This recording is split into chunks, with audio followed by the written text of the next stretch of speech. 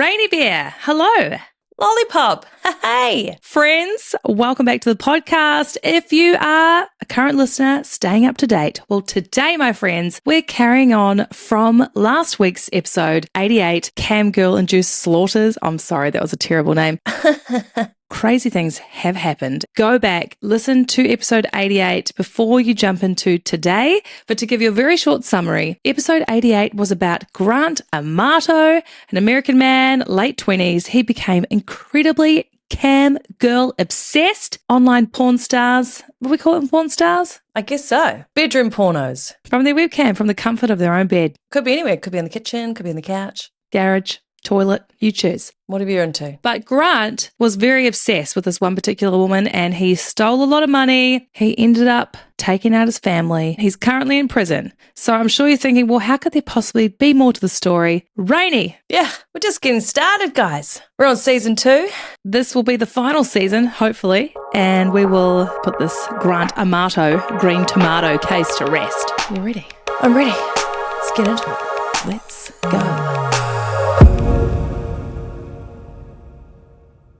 2019, Grant Amato, he is sentenced to 3 life sentences in Florida State Prison. He's going to get locked away, throw away the key, and this is where his story should end. Garbage But in fact, this is just another doorway for another story to start. This is where we introduce Victoria Goodwin. She was born August 1st, 1992. She grew up in San Fernando Valley, California. I've lived there. You know that place? It's a hellhole. And she had a love of sport and fitness, so much so she was a golf collegiate. That's right. I said that word again. A golf collegiate. Whee! Really? Did you come across the word collegiate already in your studies? I did. No way. You wouldn't believe it. Not a collegiate guy. It's a collegiate. And what does it mean? Well, she was really good at golf. She got a golf scholarship to college. Wow, what a collegiate. And all her dreams were coming true. She was going to be a pro golfer and she was obsessed. She put her heart and soul and passion into the sport. But unfortunately, Lolly, in 2015, her golf pro dreams would come crashing down when she is diagnosed with a condition called achalasia. Oh, Christ. Achalasia, you ask. What the hell is that? Well, it's basically the spasm of your sphincter muscle in your throat. Fucking hell. Yes, you've got a sphincter in your throat. I thought it was in your anus. Hang on. How does a sphincter in your throat stop you from playing golf? Because it's really hard to swallow. She could just drool. It was a horrific and very rare disorder. Sorry. Not funny. Basically, it makes it very difficult to swallow food and liquid to pass through the stomach, the esophagus and the LES, whatever that is. It tightens. So basically nothing can get through. So you're a skinny legend. Are you doing facts of the crime without saying facts of the crime? Oh my God, this is facts of the crime! An achalasia is a very rare disorder, making it difficult to swallow food and liquid to pass through to the stomach. This is when the esophagus and the LES or the les, whatever you call it, this tightens. It's the sphincter of the throat and nothing gets through. Basically, you're a skinny bitch. Skinny legend. It's not good though. It is not good. Do you get fed by a tube? No, you have to eat and chew very, very slowly. You can get surgery to help, but there is no cure. There is no cure. There is no fixing the sphincter in your throat. This bad boy just closes up. Oh my gosh, they do say it's good to chew your food very slowly, good for digestion. This is terrible. She can't golf anymore. And the trauma from this condition, loves, leads into her suffering from CPTSD. Oh no, not CPSD, D. This is complex post-traumatic stress disorder. And then we're going to back to the crime! Not again! Give it to me. Complex post-traumatic stress disorder is a stress-related mental disorder generally occurring in response to a complex trauma. That's all I got. Okay. Oh, that doesn't sound very nice. Look, she can't swallow and she's highly traumatized. She is living with family, they're very supportive, and she has to go into a normal, relatively boring life. She's working in admin roles. She's no longer pursuing a career, but she is a big advocate for people that suffer similar disorders. The can't swallow disorder. It's pretty terrible. Probably feel like you're suffocating a bit. Let's all do this together, guys. Let's all swallow. Imagine if it was like really closed over, how horrible that would be. Oh, I feel like a bit claustrophobic. Also, they don't really know what causes it. Oh. Could be an autoimmune disease, it could be nerve damage, it could be from an infection. They don't really know a lot. Wow. It's highly traumatizing. So she's living her ordinary life, but then she would go on to meet a wonderful man named Aaron Goodwin. And these two, they would hit it off. So I guess the fact that she couldn't swallow wasn't a deal breaker? Oh, no. Obviously not. I'm sorry. Aaron Goodwin, he was born on the 1st of April, 1976. He's quite a bit older. Isn't he? He is a full 16 years older. It's a lot. It's a bit much. When you're in your 30s, he's in his 60s, it's okay. Shrine said she's not mathematical, guys, so. I'm joking. He's in his mid-40s.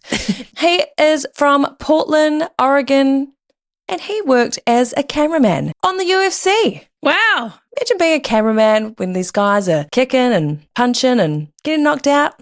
People love it. Hey, I don't mind watching UFC, but some of it you're just like, oh, God. I know. People love it. He would also be a part of other TV shows behind the scenes. And in 2008, he was brought on to be the cameraman for the hit reality show Ghost Adventures. Ooh, like Paranormal Activity. That's right. Ghost Adventures started in 2008 and it started as an independent documentary. This thing was popular. Really? It turned into an American paranormal reality TV series. Now, this show followed a team of paranormal investigators. Cool. They would go to location and record apparent haunted sites, haunted houses, like anything haunted. Hospitals, castles. We loved this shit growing up. I'm sorry, God, there's a lot of segments coming up, but story time!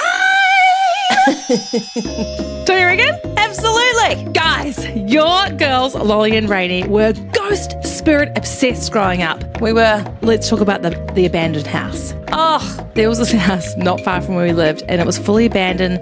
There was things inside, like fully decked out with furniture, food in the cupboards. yeah. But it was old. It was Old. all very old. Everything was messy, thrown to pieces, all the furniture's stacked up on the walls, pushed over. Plants, vines growing everywhere. It was so scary. And when we were like 13, Oh, yeah. we would break into this house. Oh my God, we're going to get arrested. We would sneak into this house with our seance board and we'd do, what is it? A Ouija, what is it called? A Ouija board. Ouija board. A Ouija board. Yeah. We would go in there and we would do seances inside this abandoned, freaky house. That's right. What were we thinking? I don't know, but it was so old. This is in the early 2000s. We're talking what, 2001? Yep. The food was, how many years old was it? It was just very old. It was so old, and we'd take, don't tell anyone, but we'd take photos from the residents and would go back home and would call the spirit on from the photo. Oh my God. We're cursed. We were terrible. Yes, we love a little paranormal activity. Probably wouldn't do it today, but we're a little bit witchy poo. And these guys loved the paranormal activity too. The purpose of this TV show was to catch evidence of ghosts. Ooh. They would go to location, meet with owners of the properties. They would scout it out, leave tape on the ground of where these paranormal spirits would Float around. come alive. I don't know. Where they would hover. Ooh. Yeah. They would mark the areas where the paranormal activity would take place. They would come back at night and spend the whole evening there filming, waiting for these ghosts to come out. And the amount of equipment they had was pretty impressive. Really? They had static night vision cameras, digital thermometers, electric magnetic field meters, handheld cameras, audio recordings, and infrared night vision. Let me guess, they caught nothing. These guys were professionals. They would also place objects or shout verbal taunts. Hey, ghost, come here! Motherfucker! Show face, bitch! Boo! Who's scared now, motherfucker? They would taunt these ghosts just so they would respond and make an appearance. Ooh. And from all this footage, they would produce a delightful 1 hour long episode for viewers' entertainment. Now, some proof on these episodes would include equipment malfunctions, temperature drops, fluctuation in electromagnetic fields, unexpected noises, electronic voice phenomena. Hello, I want to kill you. I'm a ghost, motherfucker. Better run, bitch. Ready, set, go. And apparitions. Apparitions? This is an appearance of a person, figure, or image. Ooh. So this would be quite creepy. But interestingly enough, Lolly, there have been claims of fakery to this TV show. What are the chances? In particular, a Halloween special in 2009. During a live broadcast, one paranormal investigator, Robert Bess, also the inventor of the Parabot containment chamber, which is said to attract and empower ghosts and spirits using energy. What a device! Wow. Robert claimed that this meter was violently thrown from his hand. But in fact, he was the violent thrower. Of course he was. Ha! Of course he was. So that's a little embarrassing. Aaron, he is the camera guy, and he is to go to location, set all the cameras up, get ready for the guys, the paranormal investigators, to come on in. And this guy was his true self because he was freaked out. He'd be setting up the cameras like, Oh, shit. Ooh. Oh, my God. like just having these moments. Would they film him setting them up? Yeah. And so it turned out that the audience frickin' loved Aaron. And Aaron would start getting his own little segments of setting things up. And then Aaron just became a full-blown paranormal investigator like the rest of them. Really? Go, Aaron. Yeah, turns out anyone can do it. Good for Aaron. Hey, Aaron, need a man. And Aaron's career, it is going well. He's becoming a household name, very well known in the entertainment industry. Ghost Adventures has like 29 seasons. Really? Unbelievable. This is when he would meet and fall in love with Victoria in 2018. They fell in love fast. So fast that the following year, Aaron would propose to Victoria in front of the Disneyland castle. What a dream. Oh, well, so cute. Isn't it so cute? And these guys planned to marry in 2020 at the Haunted Mansion in Disneyland. Oh, okay. It's getting a bit much now. It is a bit much. This is like a ride. If you haven't been to Disneyland, it's a Haunted Mansion ride. I haven't actually been on it. It's probably lame. I'm sorry. Disneyland's got to really step up their game. They planned to get married, but unfortunately, COVID had other ideas. COVID can suck a dick. A big dick. Poor people had to push their wedding out multiple times, but finally, in 2022, these guys would tie the knot at the Haunted Mansion. Victoria would wear a custom blush ombre ball gown, and she looked like a marshmallow. You don't want to do that. It was a lot. It's so poofy, you know. Keep it classy, gals. And it was pink. It was like a blush ombre. Mm. Mm-mm. Mm-hmm. No, Mm-mm. not for me. Nah. No, Nah. ugly. Not right. Turns out these guys are pretty obsessed with Disney. Oh, well, gathering that. They love Disney so much, they also collected and traded Disney cards, as well as Pokemon cards, Star Wars. They loved Lego. Oh, wow. And they also loved comic books. So just big kids at heart. Couple of big kids. Victoria and Aaron, they seemed to have it all. They were in love. And I tell you, Lolly, picture perfect on Instagram. So you know it's false. So lovey-dovey, the smooching and romantic posts between the two of them. It was just sickening. Vomit in your mouth. Vomit. Just stop. A little bit's fine, but just rein it in, guys. It's too much. It's too much. There obviously were some cracks that were starting to form. Victoria was feeling a little lonely in her marriage. Perhaps this is because Aaron is out there ghost busting. He's out on location, he's away a lot, and she's just feeling that the marriage is just unfulfilling. Geez, they mustn't have been married for long. They got together in 2018 and they got married in 2022, and now we are in 2024. So it's been a few years. One night, Victoria is at home, alone, desperate for some love and attention. She decides to nestle on in for the night. Who knows, a glass of wine, bucket of popcorn, and she would watch Control, Alt, Desire. Now, this is a documentary about a convicted killer, Grant Amato. Amato. Oh, crap, Amato. So, shall we just get a little recap from my co-host, Lolly first? Who's Grant Amato? Tomato. Grant Amato is a big old piece of poo garbage man. Ex-nurse, he'd been fired from his job. He was living at home. He was a big old loser. A loser. Loser. He was trying to make it in the Twitch gaming industry, the online gaming space, but again, big old fat loser. In fact, he wasn't fat. He was so skinny and translucent, and he needed to sit in the sun. He needed some vitamin D. Just gaunt and disgusting. Ugh. I'm sorry to be mean, guys, but when it comes to men and attractiveness, it was just a big old zero with Grant. He had nothing. It could have been negative. I'm sorry, Grant. Fuck you. Oh, don't say sorry to him. I know, he wasn't very attractive, and he turned to the online cam girl space. So cam girls, you've got these little hotties sitting at home, diddling themselves in front of their webcam. Yeah. And these desperate losers go on and they pay a lot of money to watch these girls do pornographic activities. Grant became so obsessed that he began spending all of his money. Then he spent all of his family's money, and in the span of, say, 3 to 5 months, he had spent $200,000 of his family's money. All stolen. The family found out. They put him into this rehab program. He came out of the program. He went back home. There were some very strict rules that he didn't abide by, and in the end, he decided the best thing was to murder his whole family, his mum, his dad, his brother. He did leave one brother out that didn't live at home.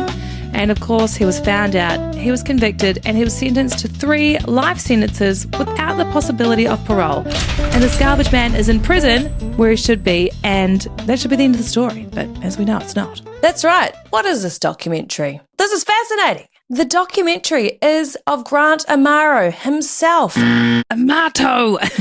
Tomato. This documentary is of Grant Amato in prison on FaceTime with his smuggled cell phone. It's on the doco. Yes. What? So the guy that created the documentary is just having one-on-one chats with Grant Amato in prison with his hood up, and he's on FaceTime. It's all in the documentary. So Grant has smuggled a phone into his prison cell. From someone's butt. Ew. Where we left off from the previous episode, Grant Amato was claiming he was innocent.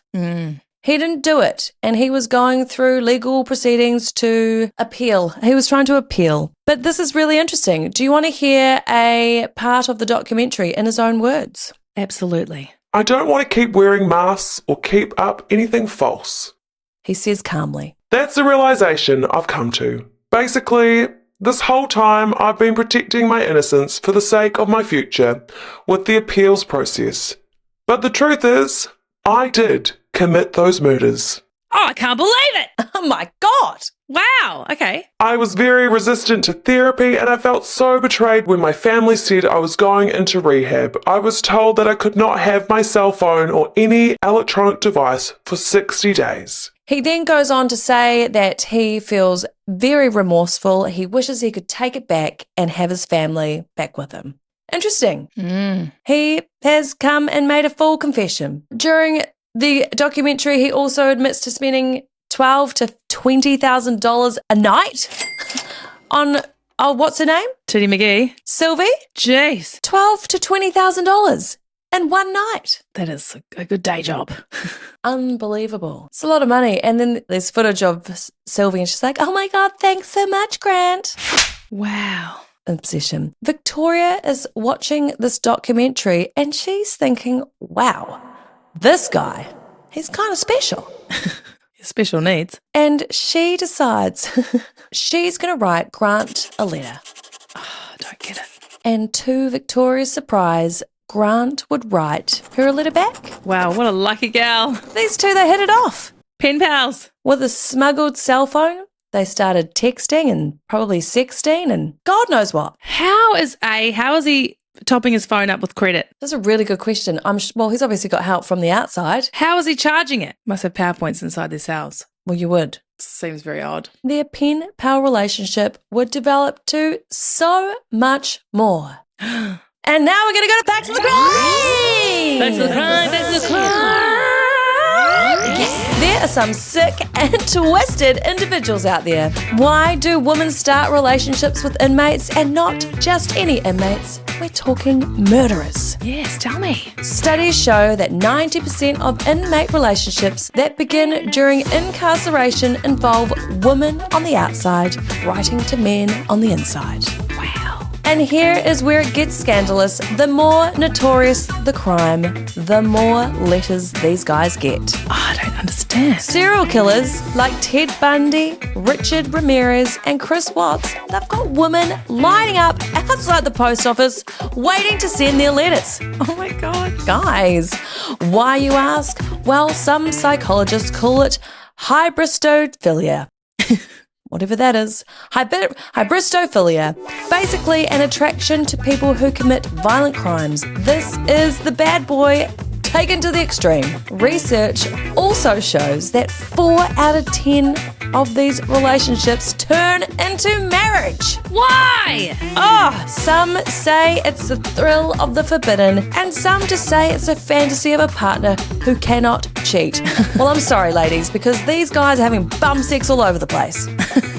Without a doubt. They're dropping the soap on the daily. On the daily.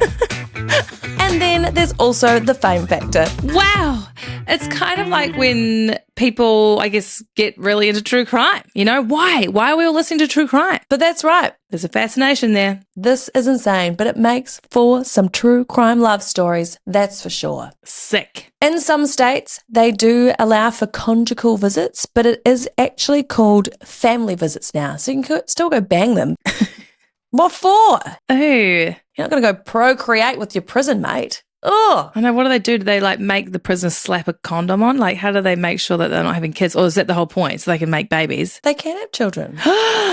No. Yeah. That is not acceptable. You don't get to murder and also get to have sex. They do in prison. Well, that's true. With the opposite sex. How about that? Back to Victoria and Grant. Lolly, they fall madly in love. I mean, Grant, he couldn't pull on the outside. Now he's on the inside. And this guy's getting so many letters. Pussy magnet. And I'm sorry, he's not, guys, I'm sorry. It's not right. It is not right. He would have to be the least attractive murderer we've had on this podcast. He's disgusting. He's so gross. What's the appeal? I don't know. He does have a bit of a deep voice. Hey, baby. Yeah. Your marriage must be pretty bad if you're going to make love to your pen pal mate in your mind. They're obviously having some phone sex while he's in the prison cell quietly going, Yeah, baby. Give it to me. I've got to be quiet because the guards are outside. Brian, my cellmate can hear us. Brian, put your finger in my thumb. Anyway, these guys they are messaging, they're sexting, they're in love, and things are getting pretty serious. So serious, Lolly, that Victoria wants to leave her husband. So she should just leave her husband. she should. She's pretty sure that Aaron won't allow for her to leave him. Oh. He's not going to allow for them to get a divorce. Oh. So there's only one other thing that you can do in this situation, Lolly. Obviously, they must be godbotherers because they must kill the spouse. They have to kill the husband. Otherwise, they're going to Go to hell. Melt at Heaven's Gate. I don't know. That's the only logical answer. People do it all the time. Just get a divorce. Get a divorce. But she can't. She can't get a divorce. She and Grant come up with this fantastic idea to hire a hitman and get Aaron killed and basically out of the picture. Wonderful idea. Bravo. Yep. Smart lady. There's the only way out. It must be Grant's idea because how is Victoria going to find a hitman? She's a small little petite blonde thing. They can't swallow. She can't swallow. She loves Mickey Mouse and Pokemon. That's right. I feel like I can't swallow. There's something happening to me. Do you think I'm getting Alasia? Achalasia. This must be a mental thing. Don't do that. Oh, that's terrible, loves. Are you okay? That's going to be tough road ahead. Skinny legend. Victoria's got $11,500 to pay for the hit. It's bargain. I mean, it's pittance. The idea is she's going to pay a $2,500 deposit, the rest when it's done. Oh my God, she's so dumb. Now, this is where it gets a little vague for me, guys. I'm assuming she's just contacting the hitman through Grant. So she lets them know where Aaron's location is, what he looks like. She sends photos. He's away. He's filming. She does find my iPhone so she can actually pinpoint exactly where he is. There is the hotel room he's staying at. And she also lets the make of the car. So she's given as much detail as she possibly can. To Grant. To Grant for the hit. She also texts Grant asking, am I a bad person because I choose to end his existence and not divorce? Yes, you are. How did I get to this point? Come on, bitch. Come on, woman. Come on. You can answer that question. If you're asking that question to begin with, am I a bad person? Yes, you're a bad person. I know that sometimes we dislike our husbands because they annoy the shit out of us, but to go and hire a hitman, she must really hate him. I know sometimes we dream of murdering our husbands. We're not going to act on it. Just kidding, Bessie. I mean, it's a lot, isn't it? It's a lot. It is so much. So much that on October 3rd, 2024, today is D-Day, baby. The hit is going ahead. Wow, so just a year ago, pretty much. Yes. Okay, so these guys started talking in March 2024. And this is how fast their relationship has progressed. They have gone from March, they've fallen in love, and then they have thought this murder plot up together, and it's going into action on October 3rd, the same year. Wow. Grant must be very persuasive. October 3rd? That's tomorrow, a year ago. Yes, a year ago. Wow. Anniversary episode. Aaron, he is out fighting some paranormal activity. He's out there ghost busting. Grant would message the hitman. I need to know what's going on. Can I get an update? Was it done? Pew pew. Victoria would message Grant saying, I'm so anxious, LOL, OL. Lol lol. No, lol would be LOL, LOL, but she's just done LOL, OL. LOL. Because she can't swallow. She can. I'm sorry, that's so mean. Nah, fuck her. Other people have that condition. It's not right. It's not good, loves. It's not a good joke. Now, this is going on. The hit is supposed to be in place, in action. It's happening. But all of a sudden, Grant Amato. Amato! Fuck my life. Grant Amato would get his cell phone confiscated. FBI, motherfucker! On the very moment that this is taking place. Oh, God, it's like a cliffhanger in a movie, isn't it? Oh, it's good. Can you imagine? Victoria is lolling on the outside. And she's like, what is going on? And then all communication stops. Oh, it's good, isn't it? Oh, it's good. I should be freaking out. She runs to her pen and paper and she gets a writing. Dear Grant, I am very anxious because I can't get in touch with you. What's happening? And then she'll go to the fast post, okay? She licks that envelope shut, slaps on a stamp, pops it in the mail. You can only imagine that Grant's phone privileges would be taken off him. He wouldn't be able to go use the old local phone thingy. Solitary confinement, probably. The prison guards, they have confiscated the cell phone and they have chucked it in a drawer and carried on with their day. Wow. Victoria is on standby. She is waiting for a direct call. Hello, This is a direct call from the Florida State Correctional Institution. Do you wish to take a phone call from Grant Amato. Oh my God, I'm going to reach through that screen and slap you, silly girl. Anyway, so She's doing it on purpose. I'm not. It's just psychological. Do you need therapy? Yeah, I do. She needs therapy, guys. It's because I hate this guy. I'm never going to say his name ever again after this. Fuck you, Grant. Don't lie. You're going to write him letters, aren't you? I know. I think I'm in love. Hey, baby. So she's freaking out, doesn't know what the hell's going on. She's waiting. She's posted her letter and she just has to sit and wait. Thankfully, the hit didn't take place. Aaron's alive. Scammed. So, was this a scam? Likely. Must have been a hitman scam. Thank God. Now nothing happens. Just silence. He just comes home and she's got to pretend. And she just carries on like normal. There are lovey-dovey Instagram posts. I think there's an Instagram post around the end of the month of October and she's kissing him and it says, just you and me forever, baby. Fuck. The 20th of October, they got a kitten together. Oh, no. That poor cat. She did happy anniversary posts. Then as the year goes on, there's posts for New Year's and she's kissing him. She's licking his nose. Like, these are lovey-dovey posts, guys. I'm sorry. She's licking his nose. She's a really petite little girl. Well, she's quite tall. She's quite short. She must be on her tippy toes licking his nose and he's kind of kissing her chin. Okay. They had a lovely outing for Valentine's Day on the 16th of February, 2 days late. But there's a post on the 16th of February, 2025. So this year, and she is out and it says, mini golf with my Valentine. Wow. I bet she was like, fuck, that was a close one. Now I need to really go to town on these posts. Now I just need to pray that nothing has happened. The prison guards, they get their hands on this phone. I don't know why it's taken so long, but they must have got through the evidence drawer and gone, Oh yeah, it is a cell phone. So they check the information stored on this device and they're like, Oh my fucking God. Jackpot. so they make a phone call over to the Nevada police station and they call Chad. Yeah, good day, Chad. Hello, Chad. Yes, Chad here. We got a phone over here with some pretty incriminating evidence.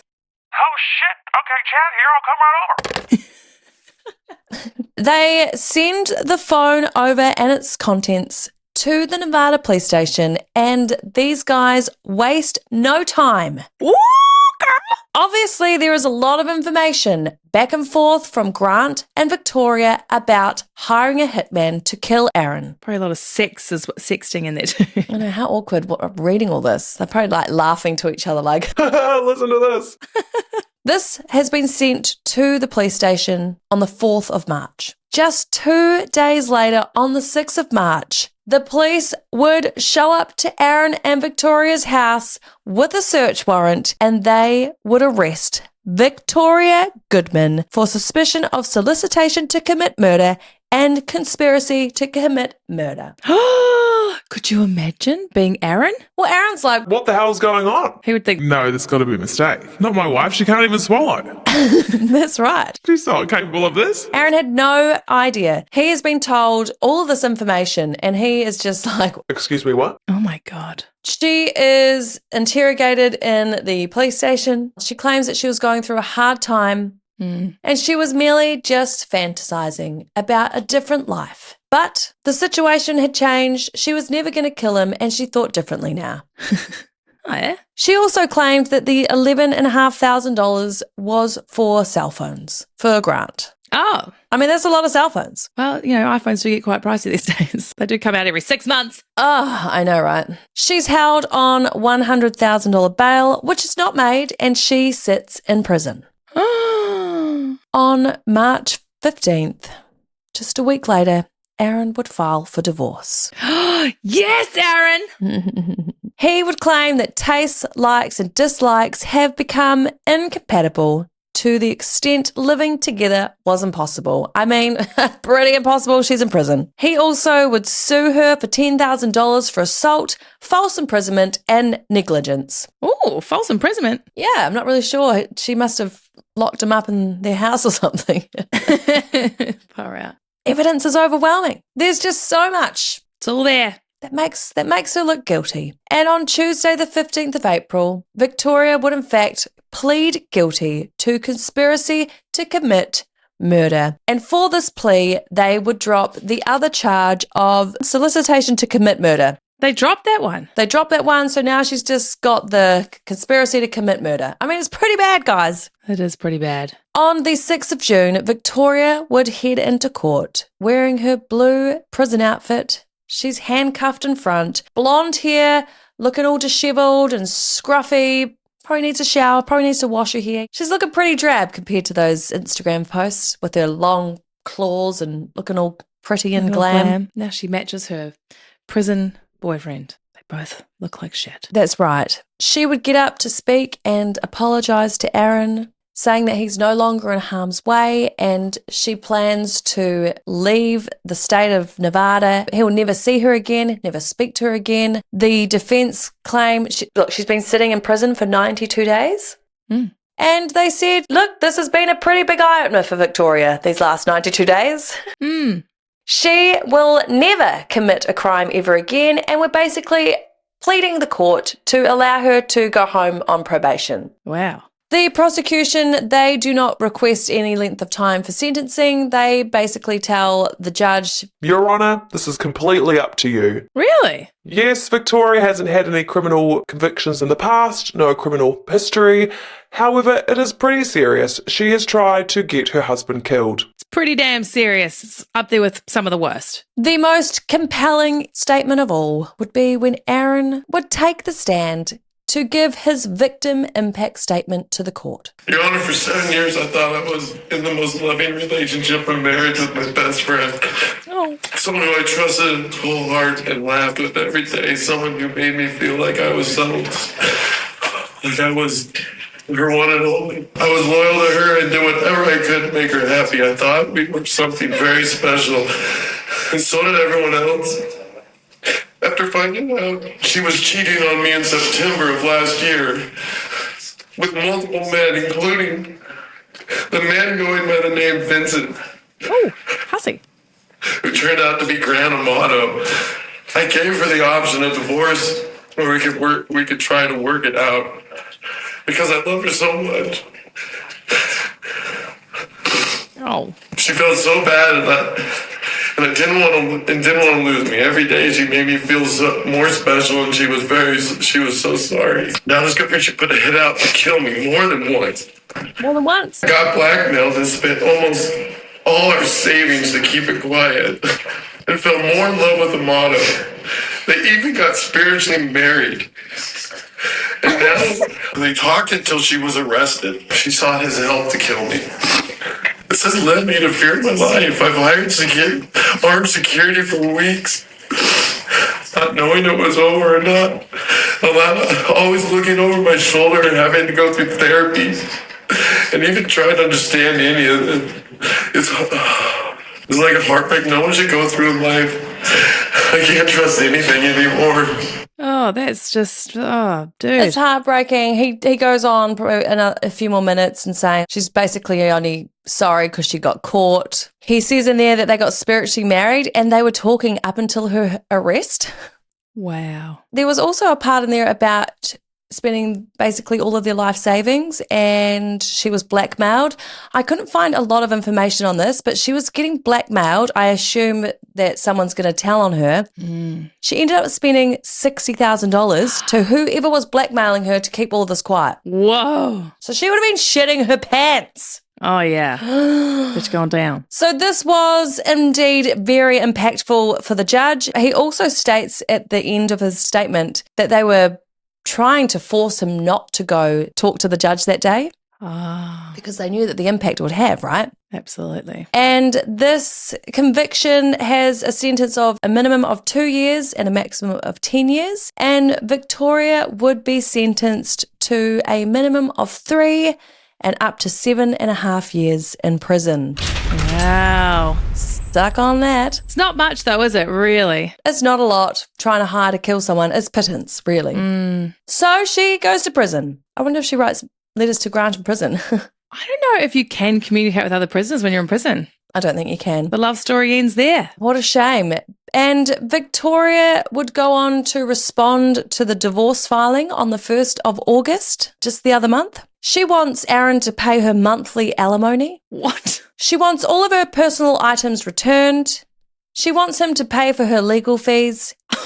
And she also states that she won't stop the divorce, but she feels that they can reconcile. Oh, Christ. Oh my God, Victoria. Bitch needs help. She needs some help. And that's where the story ends. Grant hasn't been charged with anything to do with this. Probably no point. He's in prison for life. And I'm not really sure who the hitman is. If he was real, maybe Grant was doing that. I don't know. I don't know anything. I've got many questions. Maybe it was a lie. I can't find any information on it. So if anyone out there knows, come tell me.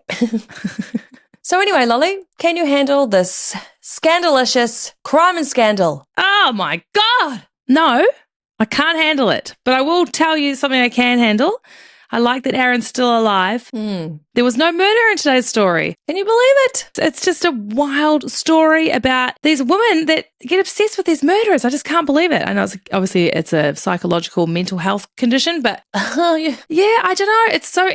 It's a terrible story, but there's just a very big entertainment factor about today. So I enjoyed it. I can handle the way I feel about the end of this episode. I think it was a good outcome. It was a great outcome. Aaron deserves better. Poor Aaron. And Victoria is a dog. And look, she's going to be in prison for a while and she can't swallow. So life's not great. Sorry. Suck on that.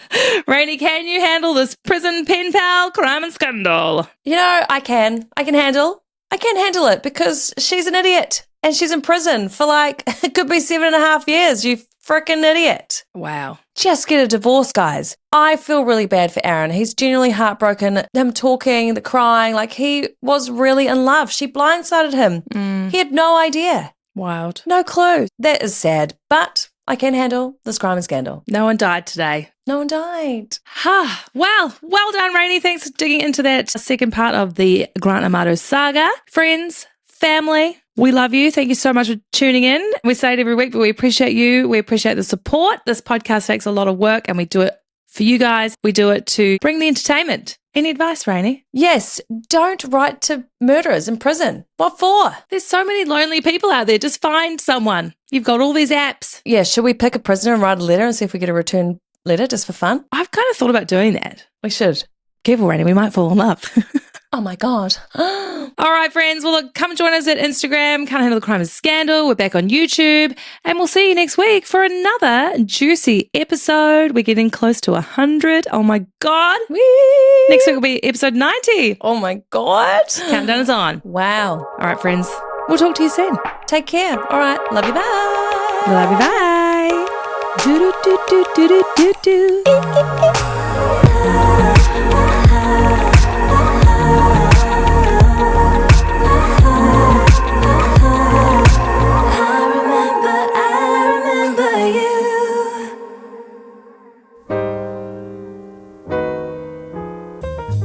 Right, start again. So, this is Ichabod. I'm going to have to pause because the cat's meowing. I need to get... That's okay. Winter. Sorry, can you just stay? Of course. Like this. Of course. Hello, Furzy, how are you? It's me, your wifey Pooh. Rainy's gone to get rid of her pussy.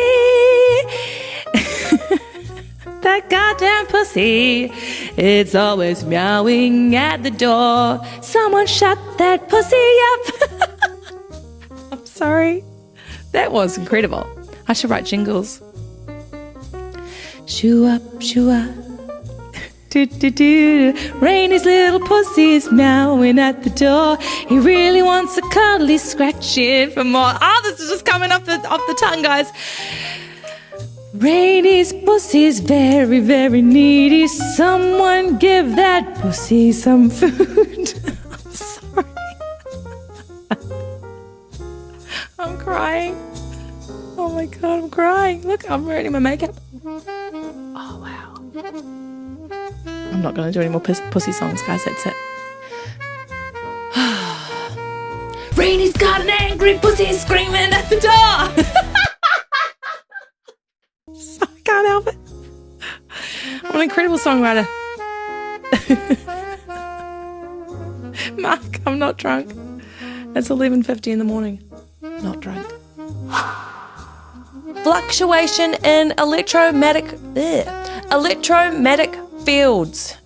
Magnetic fields? Electromagnetic fields. So this is love. La, da, da, da, love.